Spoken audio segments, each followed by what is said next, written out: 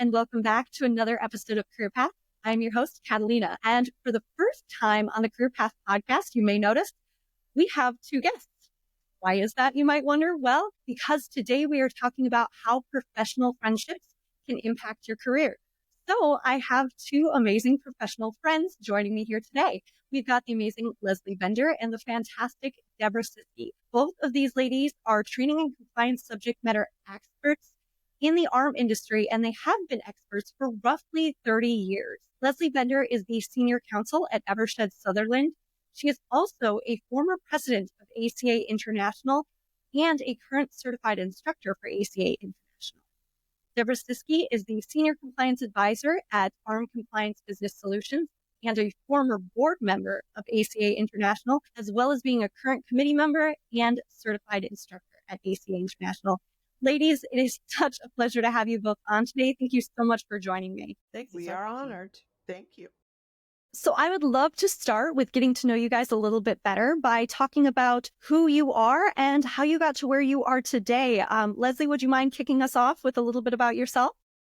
Sure. And I think it's such an interesting question. It seems sort of like an ordinary question. Who are you? And I think for myself and probably a lot of women in the industry, we do sometimes wonder who we are, right? You know, there are the people in the industry that we are seen to be and people in the industry we are not seen to be for various reasons. We grew up in a small town in Indiana, or we're a lawyer and we happen to also be passionate about consumer protection and collections and stuff like that. So it's such a great, if seemingly innocent question. Who are we? And I think for myself, I got into this industry completely by accident. When I got out of law school, it was the first time in a long time since the Depression, really, that banks and other financial institutions had non-performing assets.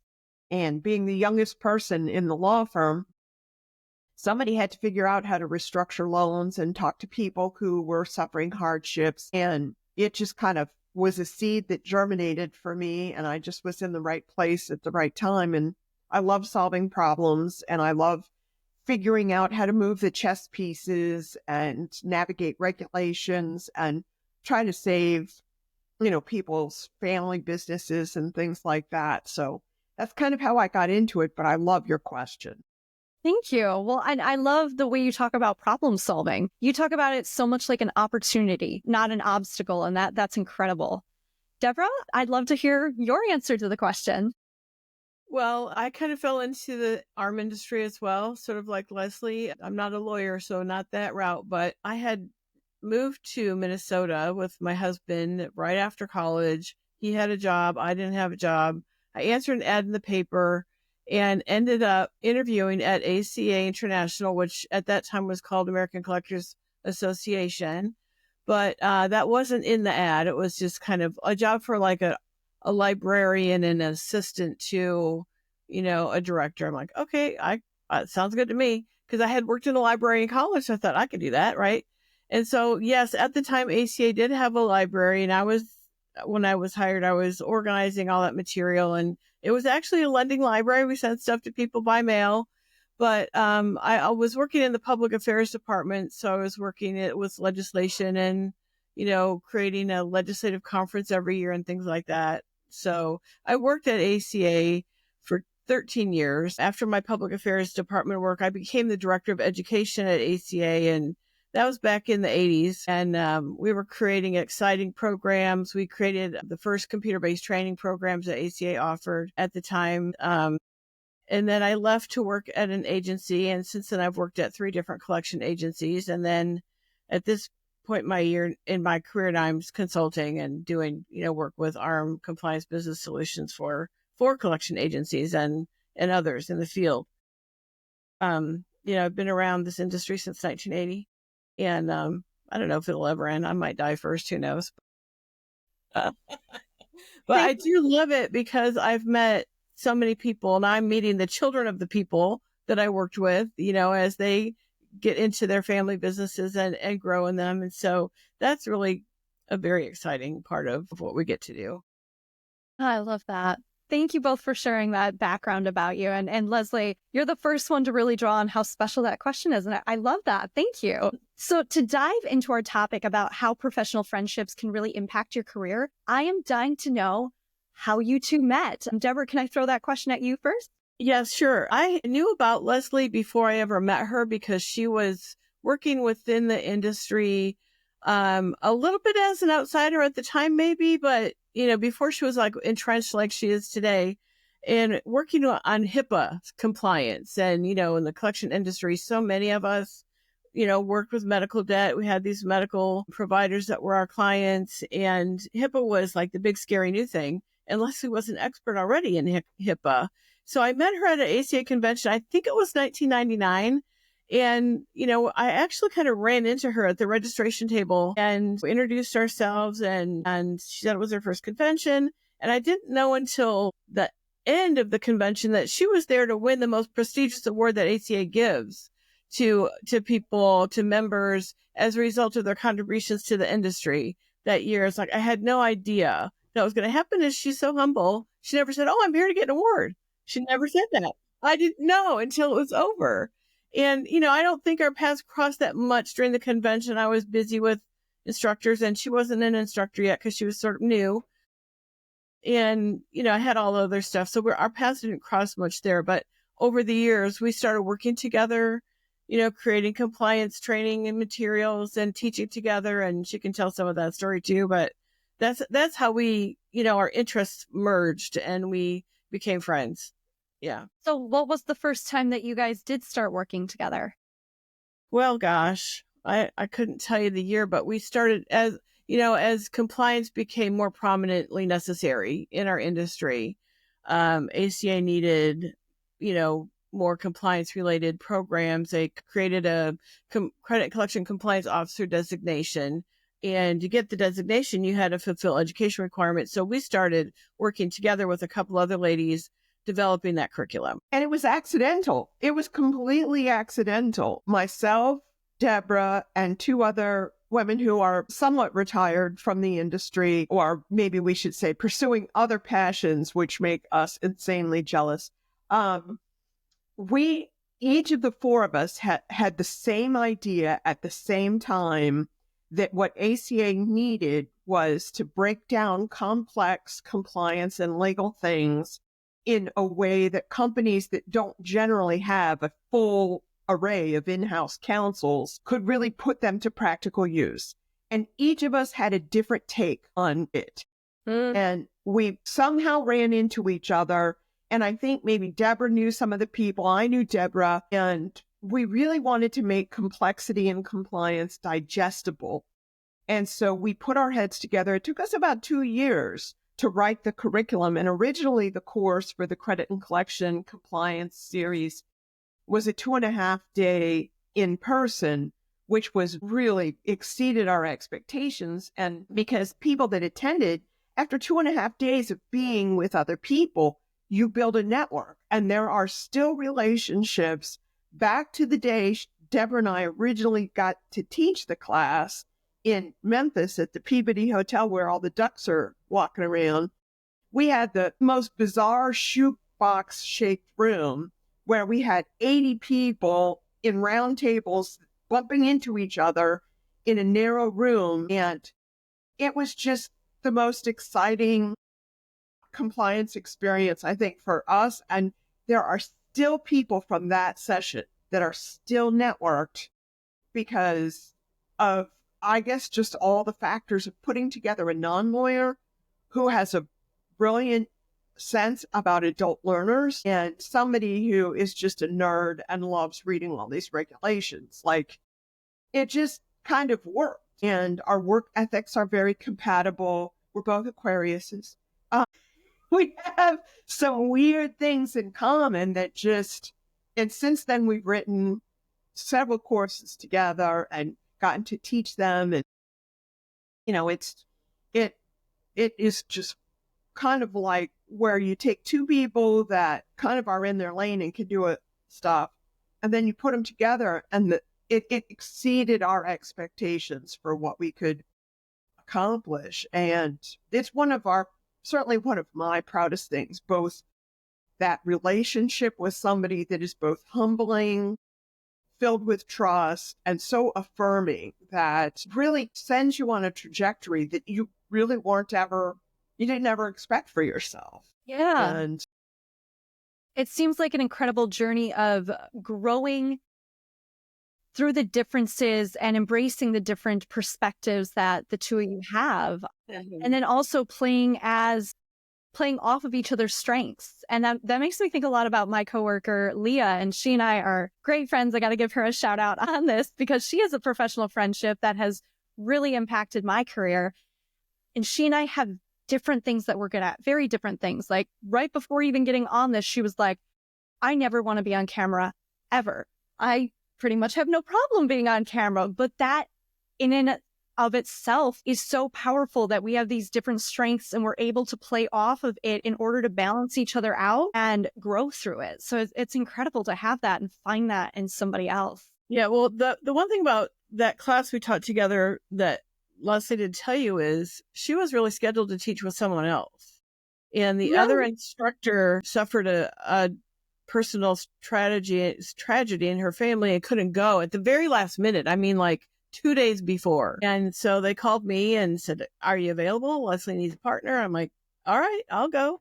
And so I ended up going. And so the one thing we didn't do that we always do because I have to prepare, I'm an over preparer and Leslie is as well, but we didn't have the chance to get together beforehand and do it. I just showed up. She knew I was coming, but I think it was, be a very disconcerting situation for, I think, a lot of people, but we just had to go with the flow and we just sort of melded in that experience. And, I had some ideas about how to make this 2.5-day class interactive and engaging because otherwise it would bore people to death. It's very dry, factual based material that some people geek out on that and other people are like, oh my Lord, please be quiet, And so she was like open-minded about, okay, I want to do this activity. We're going to have people do this, this, and this, line up across the back of the room on this piece of tape. And she's like, why would we do that? I'm like, let's just try it. And it was a great opportunity for us to kind of exchange ideas and practices and just, it worked great. It was perfect. It was super energizing because lawyers, spoiler alert, we're trained to train with black and white PowerPoint slides that look like too many ants came to a picnic on the slide where you can barely read, let alone digest. And then sometimes, God forbid, lawyers read the slides during their presentations. So imagine this is my professional whatever. I had done some training for ACA on compliance topics because that is how I got introduced to ACA. And so I got who the audience was and that we weren't talking to a bunch of lawyers who went to Ivy League schools who wanted to knit out on case law and stuff. But I walk in, we've never trained together before, and she's putting colored tape on the floor and asking grown-ups to get up. And, I will never forget. The first thing was, who traveled the furthest to get to this meeting today? And here's all these grown-ups, a lot of whom are lawyers, right? And they're all looking at each other. And part of her magic was Debra wanted them to figure out how to work together to solve the problem of figuring out how to line up based that way. So you could see these personalities emerge of somebody saying, well, I'm going to ask somebody and I'm going to do this and I'm going to do that. And they did it, but it wasn't really about, oh, yay, you came from Oahu to Memphis. It was about the magic of getting them, first thing in the morning to figure out how to solve this problem as a group. And it took off from there. And so every time the audience got to get up and do something on the tape, they're like, yes, yes. And people weren't checking their phones and people weren't checking their iPads and people weren't tippy tapping. Like it was that one way that Debra started the class.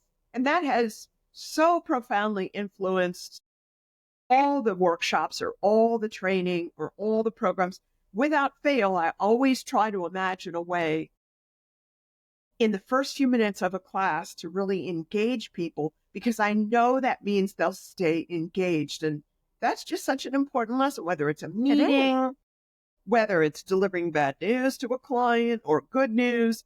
There was such an important professional lesson in that moment that neither of us planned.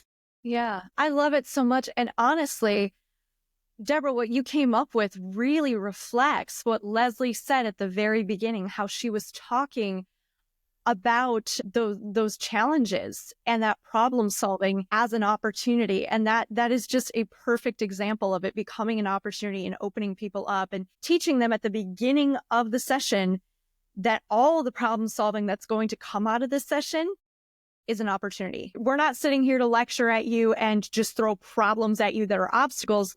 We're here to problem solve together. That is so cool. And to be thrown together in a situation like that and thrive really comes from that power of collaboration and being able to go with the flow together. And that makes me think of, I have a background in doing like acting, and specifically I did a lot of improv.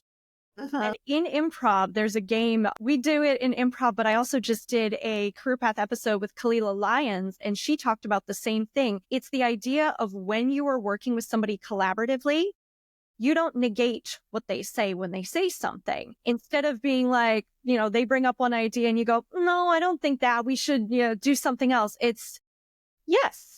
And it's always bringing a yes and to the table, which is exactly what you did, Leslie. Debra pulled out the tape and you went, what? And then you went, you know what? Yes. And I'm like, just tell me, why would we do this? Why would we want to do this? And I think you're exactly right that there is a humbling moment in any collaboration where you need to pause and be reflective of, wait a minute, I'm having a feeling about this. It feels uncomfortable to me. It's foreign to me. It's inexplicable to me. And before you write it off, to pause and train yourself to say, I really trust this person. And I mean, now after all these years, I would trust Debra with my life, even my dogs. And that's big trust. That's big. And I think that when you trust the person you collaborate with, even if you don't have as rich a relationship as we've developed over the years, it opens doors and it opens ways for you to see things. Learning, you just learn so much. And sometimes it's humbling. When we walked in that room and when we've walked in other rooms, we've been in packed rooms talking about how to do call quality evaluations, how to do risk assessments, how to prevent unfair and deceptive acts and practices. I mean, I can just go on, but we only have 30 minutes. But you walk in the room and there are biases and prejudices that your adult learners have. Or when you go to a meeting that your adult clients have, who are also learners, let's face it, that are important to recognize. And I have seen, some of that play out in the beginning of webinars or new workshops we rolled out. Like I remember when we first rolled out the call listening and how, recorded calls are a treasure trove for compliance. People looked at the two of us like, you have no ops background. How would you two have any idea how to take call recordings and improve your company's return on investment based on that activity alone, which is kind of our premise? And I don't know, Debra, if you remember, we taught that class in San Diego the first time. The room was packed and there were a lot of doubting Thomases in that room. And I don't mean Clarence Thomas, that's a rabbit hole not to go into. But by the end or somewhere in the middle, we couldn't get people to leave the room when we were done. Yeah. Yeah, it was eye-opening, and we have to kind of get over that notion that because we work in compliance, we don't know how the company operates, and I've worked in collection agencies, and so I've been on the ground there in training and compliance roles. I haven't ever run a collection floor, but that doesn't mean I don't know how it works. I mean, when you get into a position that we've both been in where you're writing policies and procedures, you can't just say, here it is, do it. because people need to know how to do it. You have to teach people how to do it. And that's kind of where compliance and training really, their roads cross, because we have to take these sort of intangible ideas and make them concrete, right? They go from abstract to concrete.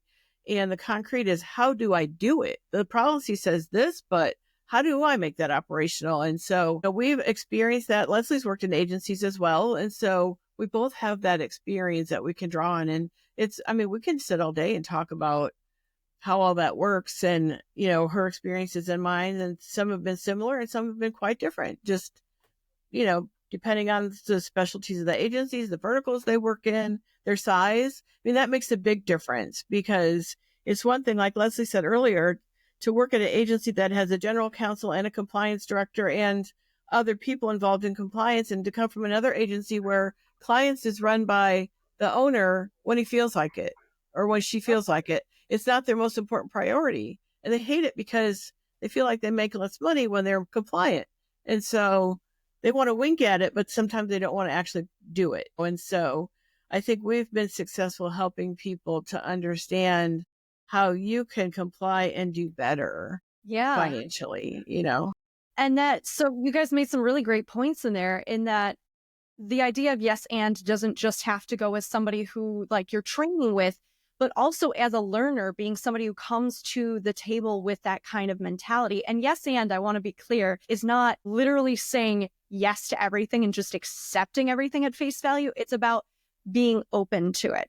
So like with Leslie and the tape, when you pulled it out, you didn't come to it like, absolutely not. You came with it with that yes and out of curiosity. You can't like, why would we do this? And again, going back to my work colleague, Leah and I do it so often with each other. And yes and doesn't always mean that we went with that idea. She came to me and was like, hey, I think we should do it this way. And I went, interesting. I completely respect that, but I was doing it this way because A, B, C. And she goes, oh, well, I didn't think about B and C. So actually what you're doing makes more sense. But having that openness to have the discussion and the curiosity is so important. And coming to that as a learner, and like you said, clients are learning from you guys. It's so important to have that openness. Yeah. And I think in the yes and, there is an acknowledgement and a letting go. Yeah.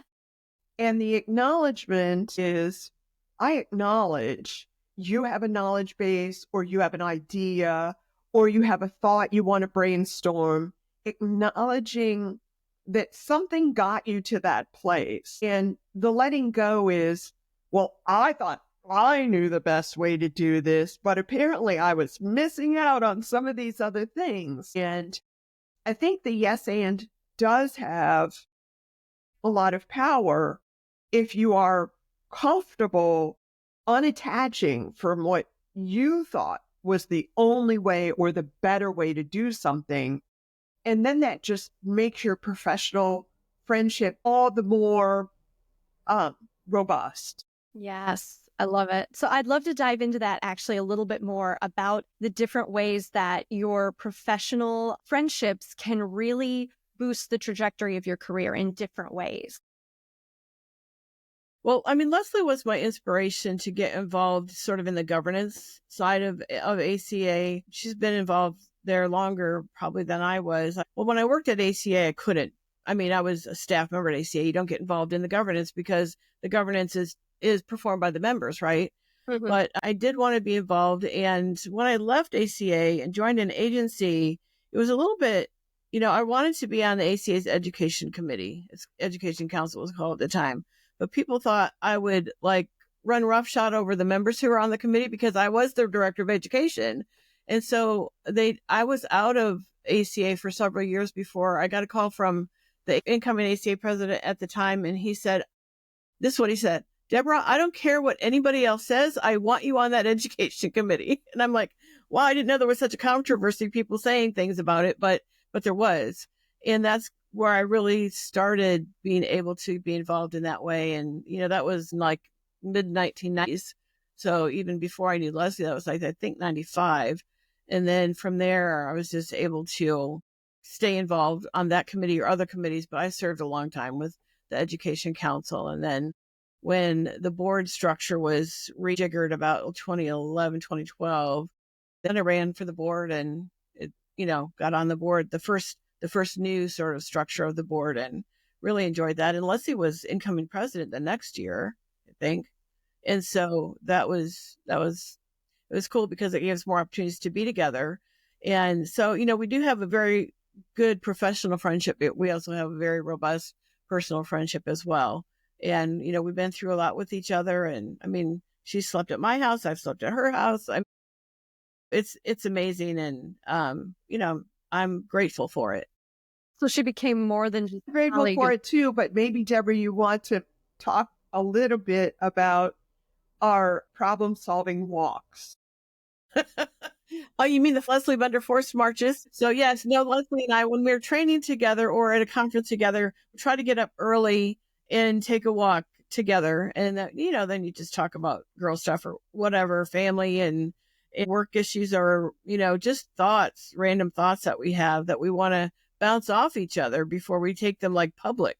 Because feedback from someone who can help you be articulate about something, or even more articulate than you might already think you are, is one of those professional benefits that come from having a friend in the industry, a friend that understands what you do and can say, hey, I mean, I don't know how many times Leslie said to me, not yes and, but, well, that's bullshit. But let me tell you what I think about that. And, and we've said that to each other. And it's like, I understand your perspective. Let me introduce you to this side of that coin.